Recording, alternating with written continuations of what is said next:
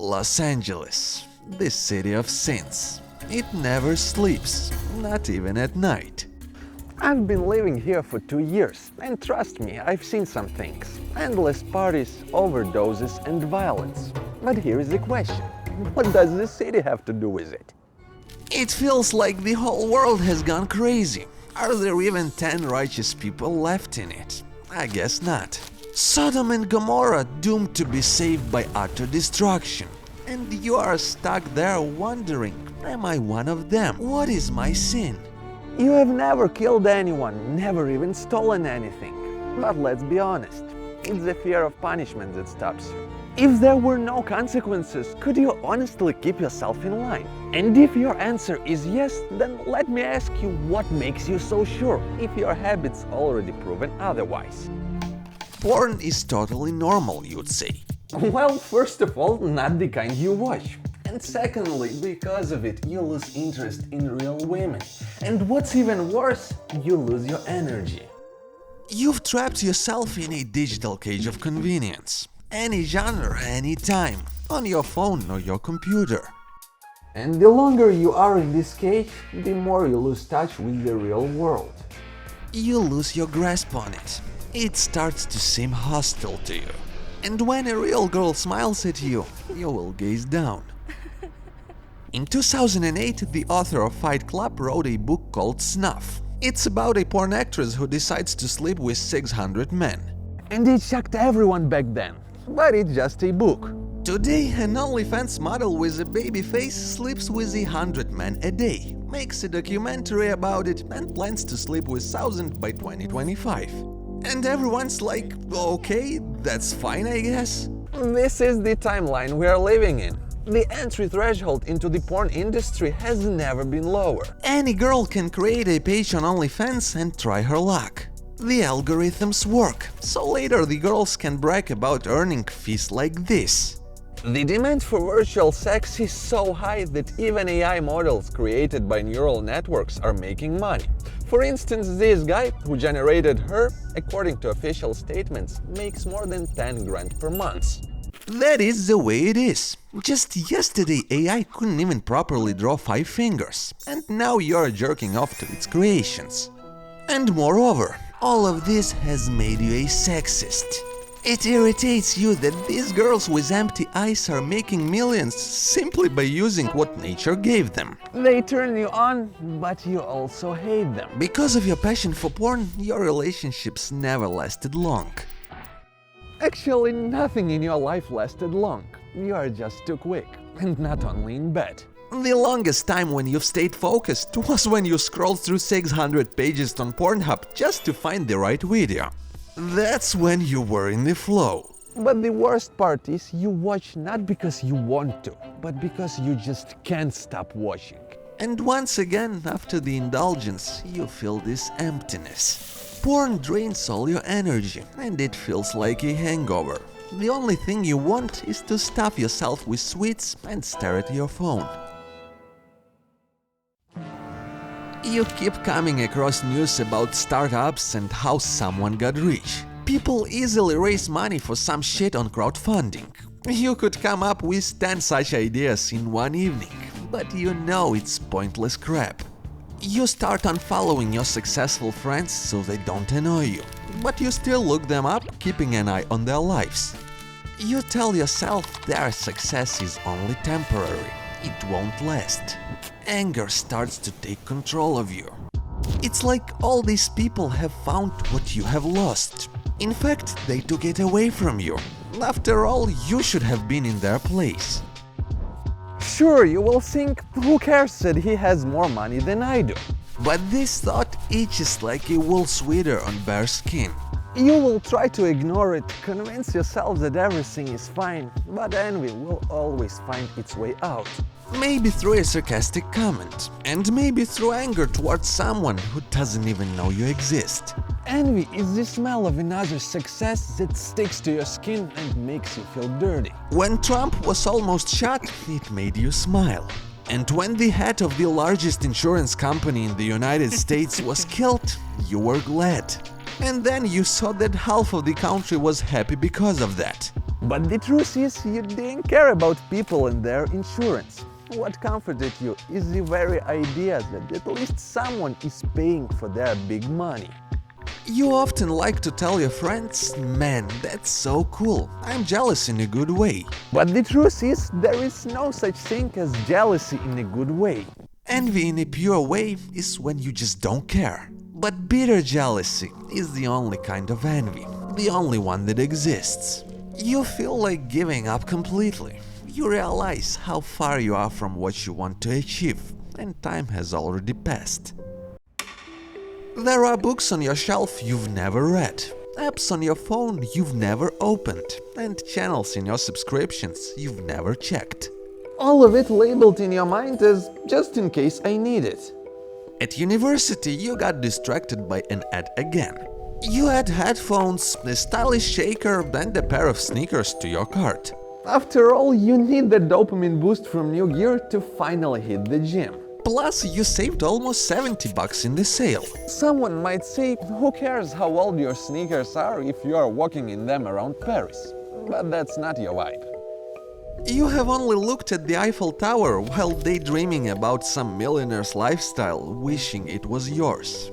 But you are always broke and always out of time. Because greed is not just about wanting more, it's also the fear of losing everything. With an empty account and missed payments, you are furious at yourself and decide to stop spending. But just now you need to order a few things for the holidays, gifts for friends, and some other small stuff. Your mouth needs to stay occupied at all times. Avoiding any double meanings, let me clarify. Burger, whey puff, energy drink gulp, cola. Puff again, another hit of that energy boost, cola, burger. The order is flexible, but this cycle should not be interrupted. Why stress out your body for no reason? Although, isn't that just a perfect moment to puff again? You know you should quit, but let's face it, even if your personal chest X-ray stared back at you from a pack of smokes, you'd still light up. You are so hooked on instant dopamine that you can't focus for more than a minute before you find yourself scrolling memes. You are like someone gasping for air, and your air is the reels on Instagram. It's the only time you feel remotely alive. And because of that, a task that used to take 20 minutes now drags on for 3 hours. And that's because you've buried yourself in a credit hole, and now you're going to pay it back. You owe your body, and it never forgives. Your favorite word of the year is normie. That is just typical people with no quirks. Friend got married? Normie. Mate doesn't know the full lore of Warhammer and Berserk? Normie. Sometimes you are literally the embodiment of that meme, but you would never admit it to yourself. You are completely sure that you know more than others. 90% of your comments are cynical, about women, money and success. At barely 20-something, you act like you've seen it all. You never actually listen to others. You're just waiting for them to finish so you can finally start talking. Or perhaps you don't speak at all, certain they wouldn't get it, so you just smirk. But left to yourself, you hear two voices. One says you are nothing. The other replies you are special. Both are lying, and you can't figure out which one speaks louder. You think that you are either too small to change the world, or too big to bother with the little things, and that's what brings you down the most. The alarm went off as usual, but you hit snooze for another 10 minutes. Half an hour later, you didn't even realize how the phone ended up in your hands. Now you are wrapped not just in your cozy blanket, but in a warm cocoon of memes, notifications, and some random links. Only in the 21st century, while lying in bed and stretching, we can read about dozens of dead bodies and see their dismembered photos. And if you didn't know what year it was, you might think it was the age of the Crusades. Two neighboring countries have been at war for 3 years, and one of them received help from Asians who have never seen the internet and immediately got hooked on porn. And Jews are fighting Arabs.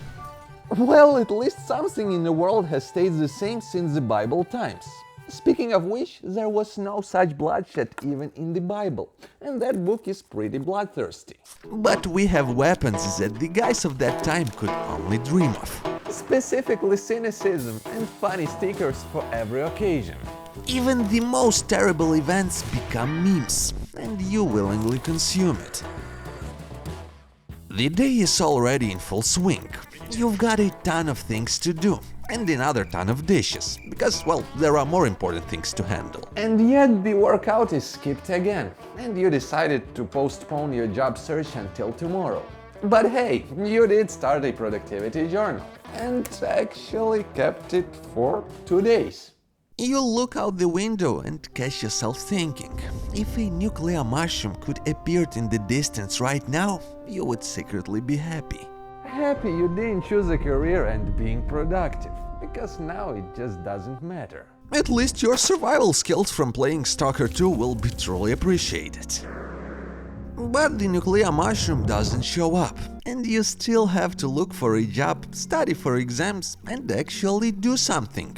But damn, it's so hard to get moving. A few months ago you promised yourself to start with the new year. Now you will pull yourself together by Monday. Although by that time AI might just have taken your place. Or rather, the one who has learned to use it. I mean, seriously, have you seen where we started and where we have come in just 1 year? It's much easier to list which jobs AI won't replace. So even in those rare moments when you find motivation, now you don't know where to go. And therefore, it's much more productive to just delay making that decision until tomorrow. You can always find someone to blame. You blame the world, the people, the government, the weather, and even your parents. Your teacher, professor, or boss kills your potential. Girls are just a bunch of gold-digging bitches, and your friends are just self-serving betrayers. And if you're a girl, it's a world of abusers, red flags, and gaslighters. Your life is like this not because you didn't try, but because there is always someone out there trying to mess it up for you. But deep down, you know you are a good person. And you are angry first and foremost at yourself. The sins written about in Old and New Testaments were not big crimes. They were in those small actions we take every day. Each sin inevitably leaves a mark. Wasted time, drained energy, missed opportunities. You won't be able to overcome them all at once. The trick is that often you don't even notice these sins. And if you don't notice, it means there is nothing to change. But that's the very comfort zone all the motivators tell you to step out of. This video wasn't meant to offend you. Rather, it was made for you to see yourself from an outside perspective and maybe change something in your behavior and habits. Because if you want to get a result tomorrow that is different from today, you have to do something that you didn't do yesterday. The funniest thing is that right now you can say, I'll just do it, out of spite. But you will end up skipping it anyway. You might think I challenged you, but I just made a video. What happens next is for you to decide, and your life is completely in your hands.